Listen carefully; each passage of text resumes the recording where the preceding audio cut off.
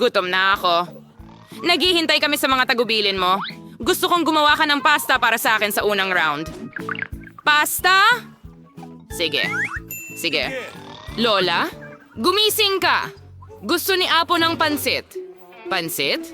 Oo, madali lang yan. Nakapagluto na ako ng spaghetti para sa kanya ng maraming beses, kaya walang mahirap doon. Lahat ayon sa klasikong resipe. Achoo. Oh, pasensya na. Harina ito. Ayos lang. Pasensya ulit. Gusto ko lang gumawa ng sarili kong spaghetti. Pagkatapos ng harina, gagamit ako ng itlog. Kaya ko pa nga mag-juggle ng mga ito. Aray! Oops, tama na. Patawad ulit. Akala ko laging magaling akong juggler. Kapag handa na ang masa, kailangan mo itong hatiin sa maliliit na bola at kulayan ng bawat isa ng tiyak na kulay. Pagkatapos niyan, sa tulong ng isang espesyal na makina, puputulin ko ang masa para gawing noodles mismo. Para magawa ito, kailangan mo lang maingat na scroll ang masa sa makina. Sa palagay ko, napakaganda ng kalalabasan at ang pinakamahalaga ay orihinal. Ang lahat ay magkakaroon ng simpleng noodles at magkakaroon ako ng spaghetti na parang bulaklak. Lola, kumusta ka? Ayos lang ang lahat! Palaging gusto ng apo ko ng ordinaryong spaghetti na may ketchup. Kaya bakit hindi ko siya alukin nito? Wednesday, anong ginagawa mo? Thing, kailangan ko ang iyong tulong. Ayaw kong magmukhang classic ang aking mga noodles. Sobrang nakaka-boring. Kung maglalagay ka ng kaunting itim na pangkulay, magiging perpekto ito. Magdadagdag din ako ng ketchup. Ito ay magiging parang dugo.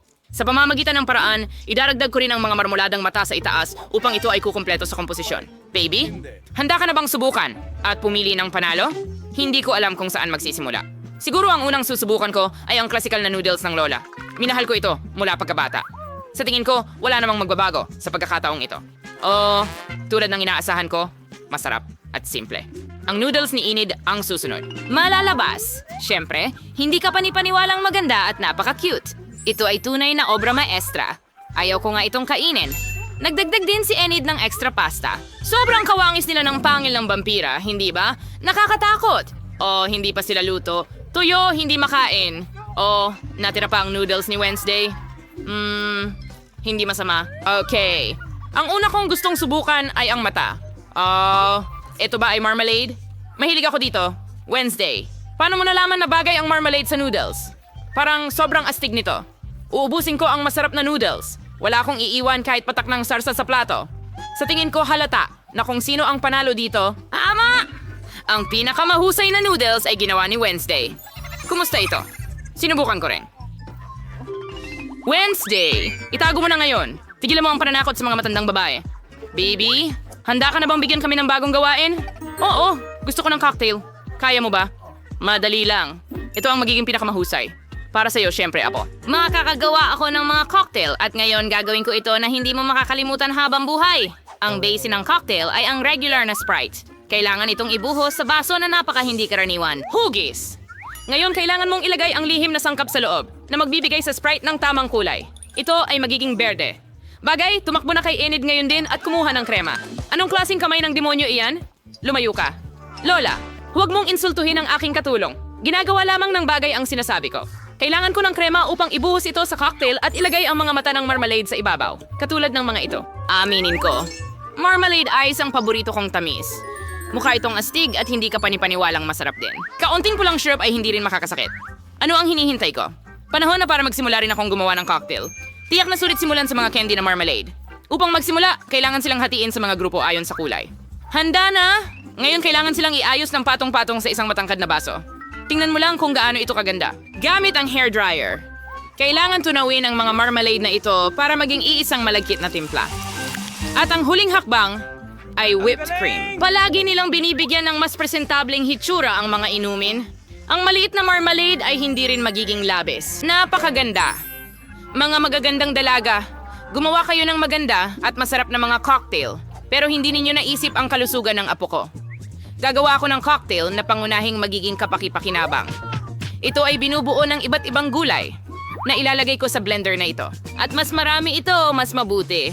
Ang kailangan lang gawin ay ihalo lahat at tapos na. Anong amoy? Pangit. Tama yon. Arana! Magugustuhan ng apo ko ang pag-aalala ko para sa kanyang kalusugan. Tama ba yon? Panahon na para pumili ng panalo. Sa itsura, lahat ng cocktails ay magaganda. Ang cocktail ni Lola ang mukhang pinakapangkaraniwan. Kaya simulan natin ito. Ayoko. Sana mas masarap ito. O kakilakilabot. Hindi ko ito gusto, Lola. Ang susunod ay ang cocktail ni Enid. Mukhang mas masarap. Gustong-gusto ko ang whipped cream at napakarami nito dito. Hindi ko na kailangang inumin ang cocktail mo. Kailangan itong kainin gamit ang kutsara. Ang sarap. Tapos na ang cream. Ngayon ang tubo. Kakaiba. Bakit napakalapot ng cocktail? Imposibleng inumin ito. Paano ko ibibigay ang panalo sa isang cocktail na hindi ko pa natitikman? Tiyak na palalampasin ito. Miyerkules, aasahan ko. Susubukan ko agad ito. Sa wakas, masarap. Gustong-gusto kong inumin ang cocktail na ito ng regular dahil talagang masarap. Hindi ko talaga kayang huminto. At whipped cream sa ibabaw. At sino ang nagwagi? Well, malinaw na ngayon si Wednesday. Gumawa siya ng napaka-cool na cocktail. Congratulations! Apo, ano ang gagawin natin sa round na ito? Lola, napaka-simple. Gumawa ng salad para sa akin. Gusto ko ng magaan. Lettuce! Sige, ganyan na lang. Apo, ilang minuto lang at handa na ito. May salad ka. Kakapitas ko lang ng mga dahon para sa salad na ito. Yan mo ito yung mga imbatsin ng salad. Ang keso at crackers na ito ay gagamitin din. Mukhang alam ko rin ang resipe para sa Caesars, syempre. At huwag kalimutan ng mga kamatis. Sila ang magiging dekorasyon ng salad at ng lasa nito. At ito ay... handa na. Musa inisip ko kung paano gawing hindi lang masarap, kundi pati na rin maganda ang salad. Babalik ako sa tema ng mga bulaklak at gagawa ng maliliit pero napaka-cute na bulaklak mula sa mga gulay. Magkakaroon din ako ng angkop na molds. Sa palagay ko, ito ay magandang ideya dahil mukhang totoong bouquet. At ito rin ay masarap na salad. Anong mga bulaklak? Nakakabagot. May kulang sa salad na madilim. Kahit ilang dahon ng basil halimbawa. Tuwang-tuwa ako sa bungo na ito. Kaya ito rin ang ilalagay sa plato. Dito ko ididikit ang ibang mga sangkap. Keso at ham. Ngayon, kailangan nating ibuhos ang ketchup sa buong bagay at ihain ito ng dalawang mata. Ang bungo ay nagsisimulang magmukhang mas kapanapanabik. Anong katakot-takot? Kung nakita ko ito sa ilaw sa gabi, mahuhulog ako sa takot. Okay, baby, subukan natin. Huray, sa wakas masarap na pagkain. Miyerkules, ano ang niluto mo sa pagkakataong ito? Anong katakot-takot? Hindi pa ako nakakakita ng ganong kakilakilabot na mga salad. Hindi ko ito makain kasi nakakatakot. Tingnan natin kung paano ako sorpresahin ng lola ko. Ang kanyang salad ay talagang kahawig ng Caesar. Ito ang salad na handa akong kainin kahit kailan. Ayokong tumigil. Gusto kong ubusin agad ang plato. Narito ang katotohanan sa masarap at malusog. Magiging di ka panipaniwalang malakas na ako ngayon. Pero bago iyon, susubukan ko ang mga bulaklak mula kay Enid. Puro gulay lang to, hindi masarap. Pero talagang gusto ko ang salad ni Lola. Binabati kita. Lola, huwag mo akong istorbohin. Handa na ang bata na magbigay ng gawain. Gusto ko ng donut para sa panghimagas. Magkakaroon ka ng donut. Gusto ko rin ng mga ito. Kaya ko rin itong lutuin. Naiisip ko kung gaano kabagot at katahimik ang magiging mga donut. Bakit nga ba? Sa pangkalahatan, ang mahalaga ay masarap sila. Hindi naman nila titingnan ang mga donut. Gagawa ako ng isang bagay na maliwanag muli.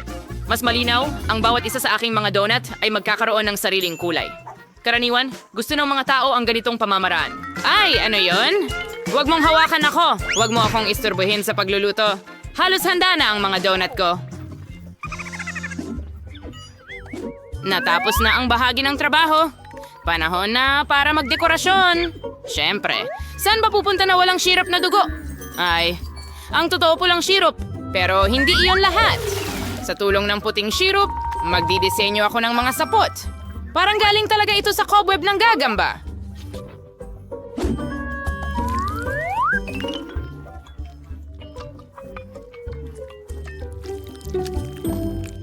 Zing, kailangan ko ng Nutella. Dalhin mo sa akin.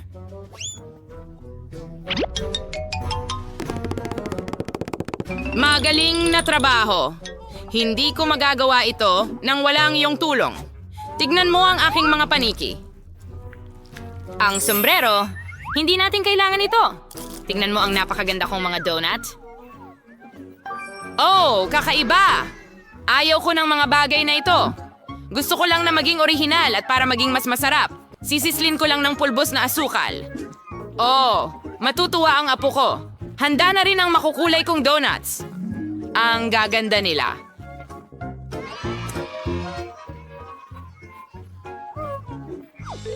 Maaari ka pang gumawa ng mga litrato kasama ang mga ito. Astig, di ba? Pero hindi lang iyon. Sa mga donut na ito, perpekto na kasama ang sprinkles. Pero kailangan kong buksan ang garapon. Oops, may napatak sa bibig ko. Ang saya. Oh, baby, oras mo na para subukan. Oh, interesante. Oh, may ginawa na namang nakakatakot si Wednesday. Oh, pero mukhang masarap sila.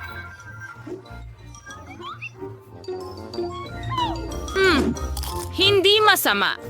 Pero sa totoo lang, inaasahan ko pang higit. Oh, ang susunod ay ang mga donut ni Lola. Bago kainin ang mga ito, gusto kong gumawa ng malaking tore. Magiging mas maginhawa kainin ang mga ito ng ganon. Ordinaryong donuts lang. Walang espesyal. Well, tingnan natin kung ano ang ginawa ni Enid. Wow! Ang kanyang mga donut ang pinakamalapit sa mga iginuhit ko. Oh, sobrang sarap na parang hindi totoo. Enid, kitang-kita, ikaw ang panalo. May na-drawing na si Chloe. Oo, napagpasyahan kong gusto ko ng mga cookies. Handa na si Lolo. Si Ate Mia. Gaya ng dati. Pero tiyak na ipapakita ng chef ang pinakamataas na klase. Alam ko na kung saan magsisimula. Una, kailangan mong igulong ang masarap na manipis na masa na ito. Perpektong hugis at kapal. Ngayon ay kailangan nalang gupitin ang mga kinakailangang hugis. Magkakaroon ako ng hugis cookie tulad ng nais ni Little Chloe. Tapos na. Maaaring itiklop muli ang mga hulma at ngayon dahan-dahan, maingat na ilagay ang mga tabla sa baking sheet. Ngayon, maaari ko na itong dalhin sa oven para maghurno. Suriin ng maigi ang temperatura ng oven at tapos na ang mga cookies. Ngayon ay handa na sila. Masarap na cookies para sa iyong atensyon. At ano ang nagawa mo? Hinati ko ang masa sa pantay na bahagi. Gusto kong gumawa ng cookies na may Skittles. Oh, salamat, Lolo. Inilalagay namin ang mga candy sa masa. Oh, napakaganda na ng kulay ngayon. Astig. Ngayon ay maaari ko nang ihalo ang lahat ng masa at igulong ito. Ganyan lang. Oh, mahirap ito. Pero ngayon kailangan ko ng bilog na hugis. Oh, hindi. Oh, naipit ako. Salamat. Oo. Alisin natin ang lahat ng di kailangang kwarta at magdagdag pa ng ilang mga candy. Ilabas iyon at lutuin sa oven. Nako, sana maayos ito. Sinisimulan ko ng buuin ang bahay kong gingerbread. Kaunting detalye dito at doon. Ang cream ay hindi kailanman magiging labis. Alam kong kulang ang marshmallows dito, pero magiging perpektong tugma ito para sa dekorasyon. Oh, tingnan mo yan. Perpekto. Ngayon ay iwiwisik natin ang lahat ng powdered sugar para magmukhang niyebe at ilagay ang gingerbread na tao. Perpekto. Oh, nakaisip din ako ng isang bagay. Kamakailan lang gumuhit ako ng mga bagong diagram ng spaceship pero wala akong oras para gumawa ng layout. Sa tingin ko, ito ay isang magandang pagkakataon. Okay. Ngayon, dapat maging perpekto ang lahat ayon sa pagkalkula. Sige, mahusay. Ngayon, mag-bake na tayo. Kung hindi ko lang kinain ang material para sa layout. Ngayon, i-assemble natin ang isang space rocket at magdagdag ng ilang detalye. Mahusay. Ibuhos ang lahat ng tsokolating syrup sa ibabaw. Oo, mukhang kahanga-hanga. At ngayon, isang sandali ng pandaigdigang seguridad. O sige, handa na? Huwag mag-alala. Malamang hindi ka maapektuhan ito sa anumang paraan. Pero magtatrabaho ako sa partikular na nakakalaso ng mga candy ngayon, kaya kailangan mong maging sobrang maingat. Oh, ang paborito kong mga nakalalasong asim na candy. Kulang pa ako ng mga ito. Gustong-gusto ko ito. Lahat ay maasim. Sana magustuhan din ito ng apo kong si Chloe. Handa na ang aking maasim na tsokolating rocket. Oh, wow! Ang astig! Gusto kong subukan ng lahat. Pero magsisimula ako sa astig na rocket na ito. Tingnan mo kung gaano ito nakakatawa. Oh, marmalade at tsokolate. Maasim na candy. Sige, magpatuloy tayo. Ano ito? Sis...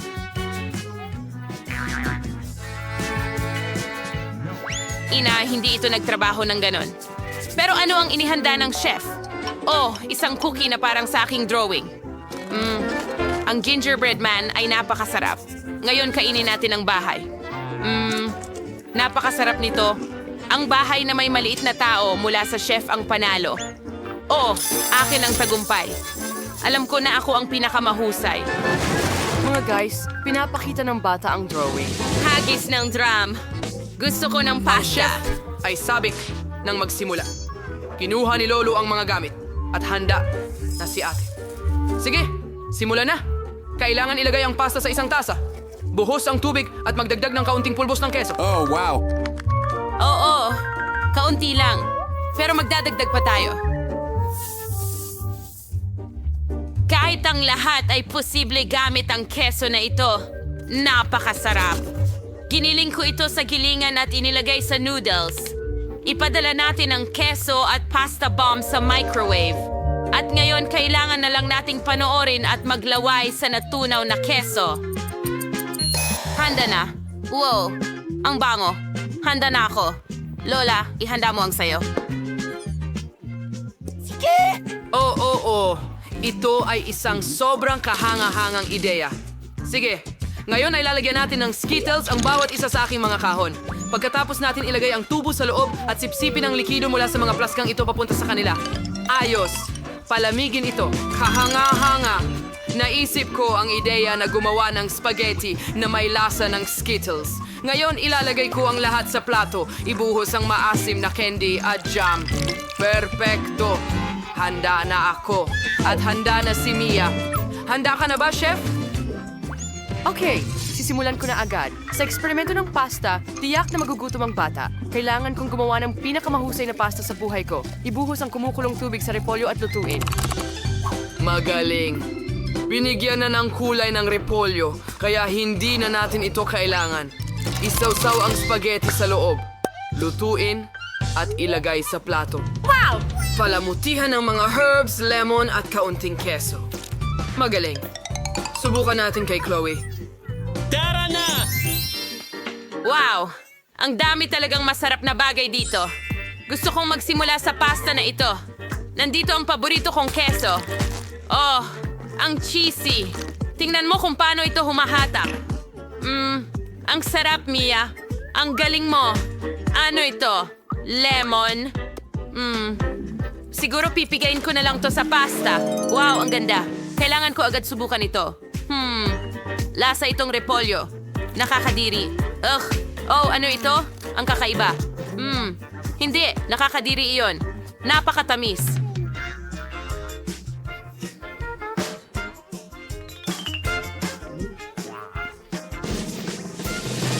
Mia, nanalo ka. Binabati kita sa iyong unang tagumpay. Tayo'y magpatuloy. Lola, mag-ingat ka. May naisip si Chloe. Oh, gusto ko ng cocktail.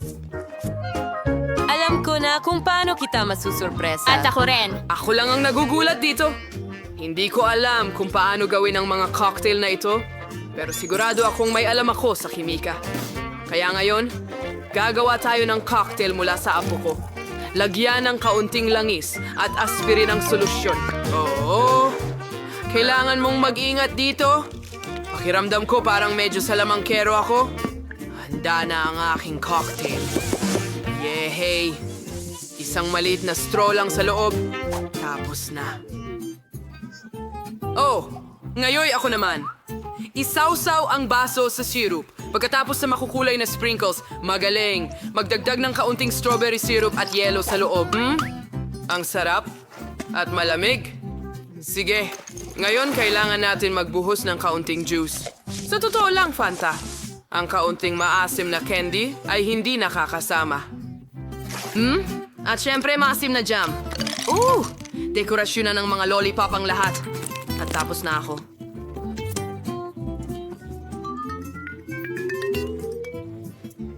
Wow.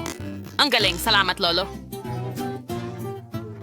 Ngayon, ipapakita ko sa iyo ang hot cuisine. Kailangan ko ng katas ng remolatsa. Ibuhos natin ito sa bilog na hugis at ilagay sa freezer.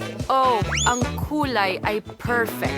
Hayaan natin itong magyelo sandali. Dito lang tayo mauupo at maghintay. Handa na ito. Kukuhanin ko na. Susunod, kakailanganin ko ng isang tangkay ng mabangong rosemary. Pero para magbigay ito sa atin ng bango, kailangan nating magdagdag ng kaunting kisla. Magdagdag ng mangkok ng beet at ibuhos ang soda at ilagay ang palamuti ng mga beet sa isang skewer. Oh, mukhang napaka-fantastic. Tapos na, handa na ako. Wow, napakaganda. At medyo nakakatakot ang itsura. Sana pagkatapos ng cocktail na ito, hindi ako maging palaka. Oh, kakilakilabot, nakakadiri, Lolo. Ano ito? Parang damo? Ah! At mga candy naman ito, siguro. Beetroot? Ew, masarap ba talaga ang cocktail? Well, ayos lang. At ano ito dito? Wow, ang liwanag ng cocktail. Gusto kong tikman ito ngayon. Wow, napakasarap. At ang mga candy at lollipop na ito ay masarap din. Ah, Mia, panalo ka na naman. Yay! Ano? Seryoso? Panalo ulit ako? Huray! Ano ang gusto ni Baby Chloe para sa round na ito? Ipakita ang iyong ginawa. Gusto ko ng salad. Sa tingin ko, kakayanin ng lahat at makapaglilingkod ng pinakamasarap na mga salad sa mundo. Magsimula na tayo.